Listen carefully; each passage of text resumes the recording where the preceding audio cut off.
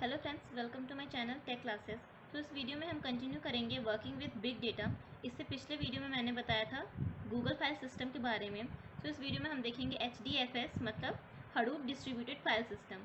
So it is based on the Google file system, जो कि हमने पिछले वीडियो में देखा था। तो अगर आपने गूगल फाइल सिस्टम की वीडियो नहीं देखी है तो उसे प्लीज़ देख लीजिएगा, उसके बाद ही ये वीडियो देखिएगा, तब आपको समझ आएगा।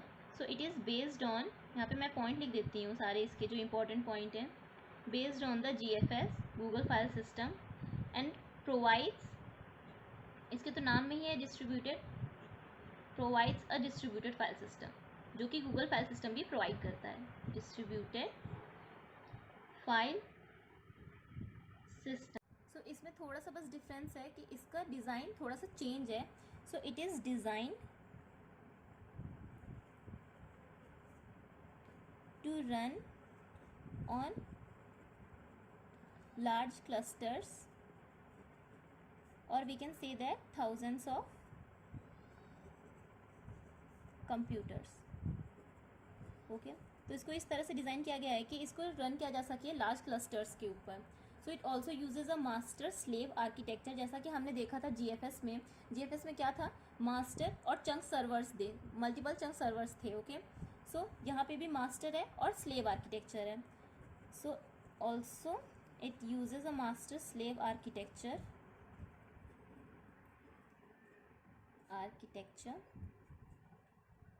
इसमें मास्टर और स्लेव के नेम थोड़े डिफरेंट हैं। GFS में मास्टर ही रहता है जो मेटा डेटा कंटेन करता है। इसमें भी जो मास्टर है वो भी HDFS का मेटा डेटा ही कंटेन करेगा, बट इसका नाम क्या होता है, नेम नोड। ओके और स्लेव उसमें क्या थे, चंक सर्वर्स थे। तो इसमें मल्टीपल डेटा नोड्स होते हैं, इनको स्लेव्स कहते हैं। ओके इनको हम आगे और डिटेल में देखेंगे। अभी के लिए बस इतना समझ लीजिए कि नेम नोड क्या करते हैं। Name node manages the file system Meta data and data nodes क्या करते हैं, it will store the actual data. Name node Meta data contain करता है और डेटा नोड क्या करता है, एक्चुअल डेटा जो होते हैं उसको स्टोर करता है। HDFS में क्या होता है, एक फाइल को सेवरल ब्लॉक्स में डिवाइड किया जाता है और यही सेवरल ब्लॉक्स जो हैं ये स्टोर होते हैं इन डेटा नोड्स में। Okay so files split into several blocks and stored in a set of data nodes. So इसमें एक पॉइंट है, building blocks of Hadoop. So इसमें जितने भी बिल्डिंग ब्लॉक्स हैं हडूप के वो हम देखेंगे, और जिसमें पहला तो हमारा नेम नोड ही आता है, जैसा कि मैंने अभी बताया था कि डिटेल में देखेंगे। तो अब हम देखेंगे नेम नोड को, जिसको हम कहते हैं master. Okay so name node का तो पहला फंक्शन क्या हो गया, it stores the Meta data. और मेटा डेटा क्या हो सकते हैं, फाइल्स कैसे डिवाइड हैं ब्लॉक्स में। Okay files which are broken, इसकी इंफॉर्मेशन स्टोर करेगा। Okay files which are broken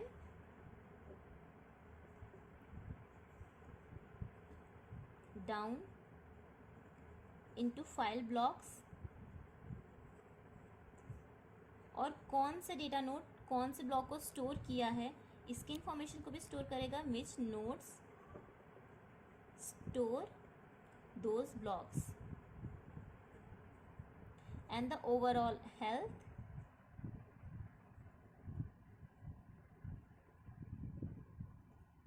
of DFS means distributed file system। ये तो होगी इसकी नॉर्मल डेफिनेशन। तो इसमें कुछ और पॉइंट्स भी देख लेते हैं। जो नेम नोड मतलब जो सर्वर्स होस्ट करते हैं नेम नोड को, वो कोई भी यूज़र डेटा स्टोर नहीं करते हैं और कोई भी कंप्यूटेशन परफॉर्म नहीं करते हैं। So server that are hosting these name nodes doesn't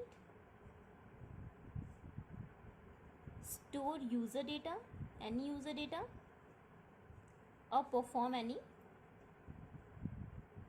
computations. Okay इसका एक सिंगल नेगेटिव इम्पैक्ट है कि नेम नोड, एक ही नेम नोड है, एक ही मास्टर है, तो अगर वो फेल हो गया तो entire Hadoop cluster will fail. Okay, so negative impact यहाँ पे मैं रेड से लिख देती हूँ। Negative impact of name node is that if it fails, then the entire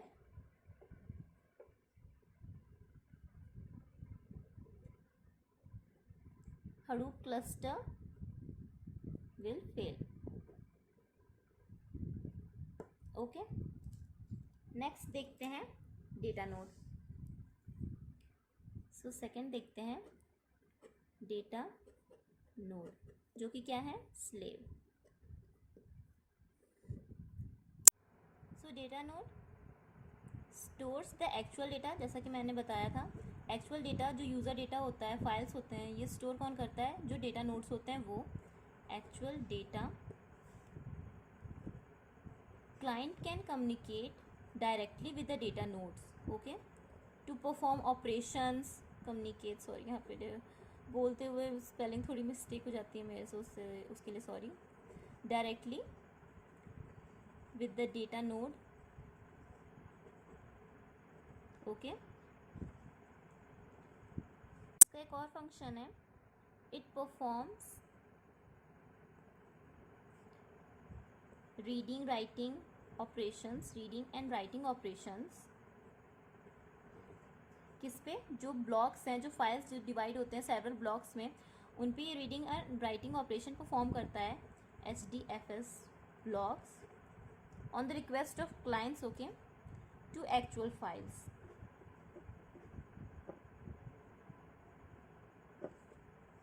on the local file system.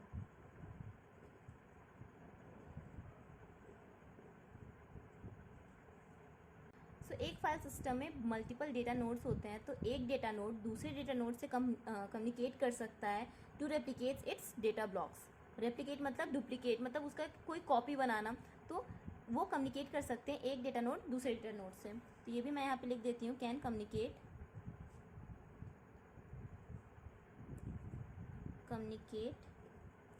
Directly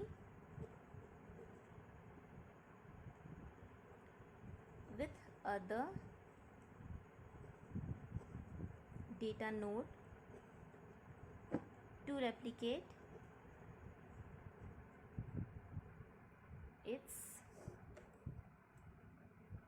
data blocks, and this is for redundancy. Okay, so this is for data node. So next building block है Hadoop का secondary name node. So secondary name node एक assistant है, हर cluster में एक secondary name node होता है, और ये क्या करता है, मॉनिटर करता है स्टेट ऑफ द क्लस्टर। सो यहाँ पे मैं लिख देती हूँ इसका point, assistant that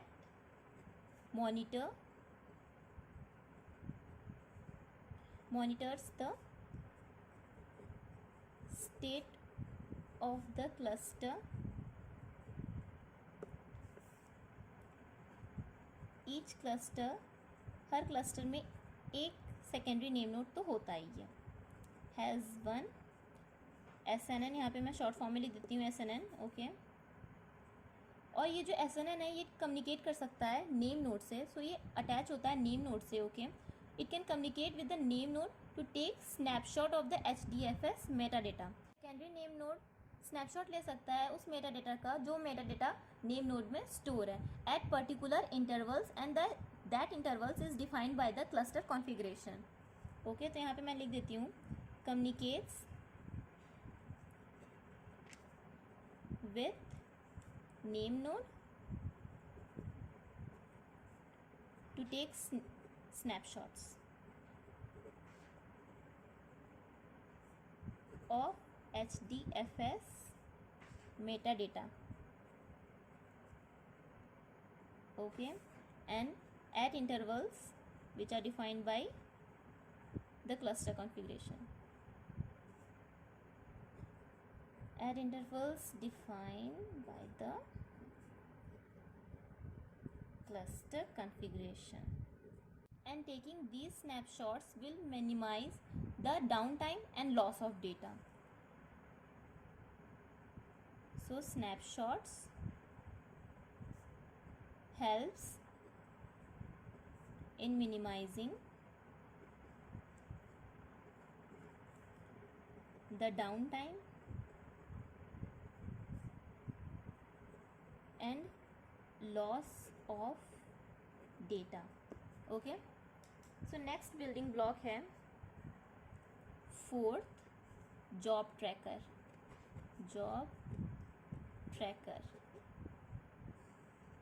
So job tracker is a link between your application and Hadoop. Okay, so it acts as a link between your application and Hadoop.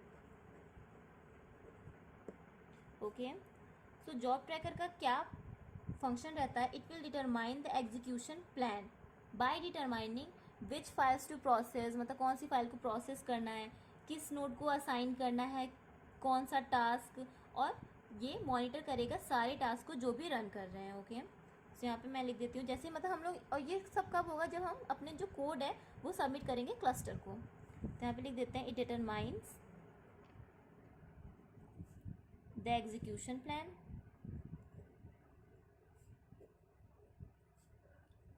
by determining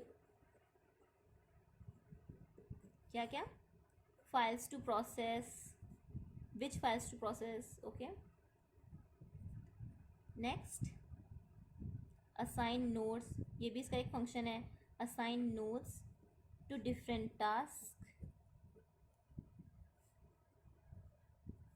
and monitors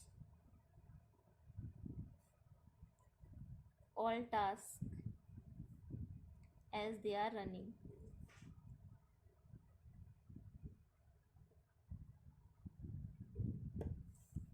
next point इसमें, अगर कोई भी task fail होता है तो job tracker क्या करेगा? उसको रीलॉन्च करेगा ऑटोमेटिकली. जैसे ही फेल होगा तुरंत उसको ऑटोमेटिकली रीलॉन्च कर देगा और किसी भी नोड को असाइन कर देगा वो जो टास्क है, और फिर से जो हमारा जो टास्क रहेगा वो एक्टिवेट हो जाएगा, एग्जीक्यूट होगा. Okay, so if a task fail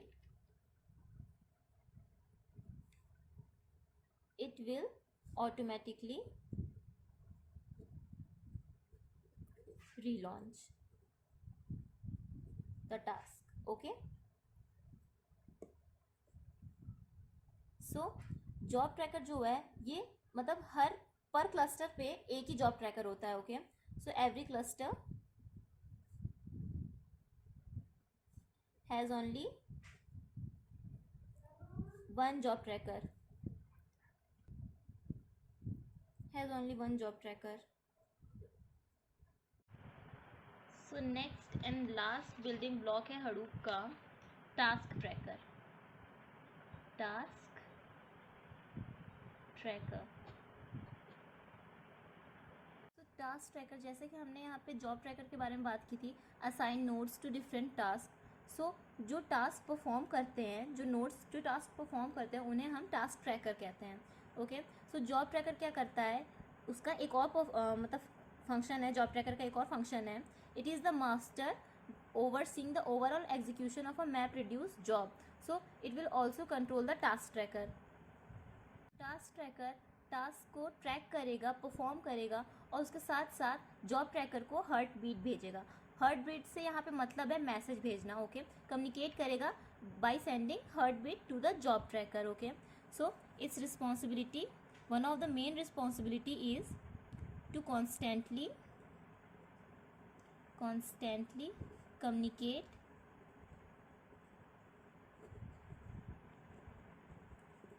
with the job tracker. Okay, और अगर जो हार्ट बीट है, मतलब in the form of heart beat, यहाँ पे मैं लिख देती हूँ हार्ट बीट. ओके, आगे भी हार्ट बीट अगर आता है तो आप समझ जाइएगा कि वो एक तरह का मैसेज है. ओके, सो अगर यही हार्ट बीट टास्क ट्रैकर भेजने में जॉब ट्रैकर को फेल हो जाता है एक स्पेसिफाइड अमाउंट ऑफ टाइम में, तो जॉब ट्रैकर ये एज्यूम कर लेता है कि वो टास्क ट्रैकर क्रैश हो चुका है, और जो मतलब जो क्रैश हुआ है टास्क ट्रैकर, वो जो भी टास्क परफॉर्म कर रहा था उसको वो रीलॉन्च करेगा और सबमिट कर देगा किसी अदर नोड पे क्लस्टर के। ओके, तो यहाँ पे मैं इसको लिख देती हूँ, if job tracker fails to receive a heartbeat from a task tracker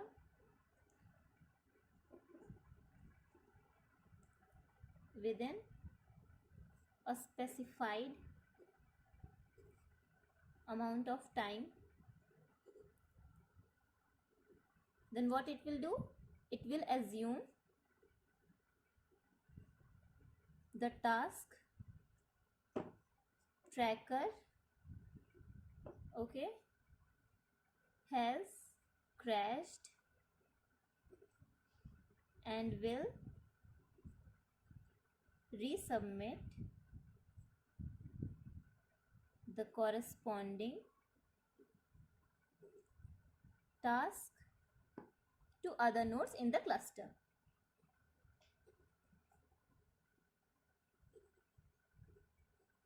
Okay, to other nodes in the cluster.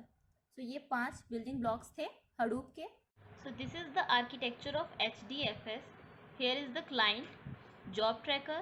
Job tracker will communicate with task tracker. Okay, so there are multiple task tracker and these task tracker will perform map reduce programs. Okay, तो यहाँ पे map reduce कैसे यहाँ पे बना हुआ है। Okay, तो इस फिगर से समझ सकते हैं आप कि जॉब ट्रैकर कम्युनिकेट करता है टास्क ट्रैकर से। And then there is secondary name node. जैसे कि हमने देखा था सेकेंडरी नेम नोड, हर क्लस्टर में एक सेकेंडरी नेम नोड होता है जो कि कनेक्ट होता है नेम नोड से, और नेम नोड के पास जॉब ट्रैकर होता है। Okay, so name node will communicate with the secondary name node and there are data nodes which are connected with the name nodes. जैसा कि हमने देखा था मास्टर स्लेव आर्किटेक्चर जो कि था GFS का, वैसे ही इसमें भी मास्टर स्लेव आर्किटेक्चर है। And these data node will contain task tracker. Okay, so name node will contain job tracker and the data node contain task tracker. So that's all for this video. अगर आपको video अच्छी लगी हो तो please like कीजिएगा, subscribe कीजिएगा मेरे channel पे, अपने दोस्तों के साथ शेयर कीजिएगा। Thank you and bye.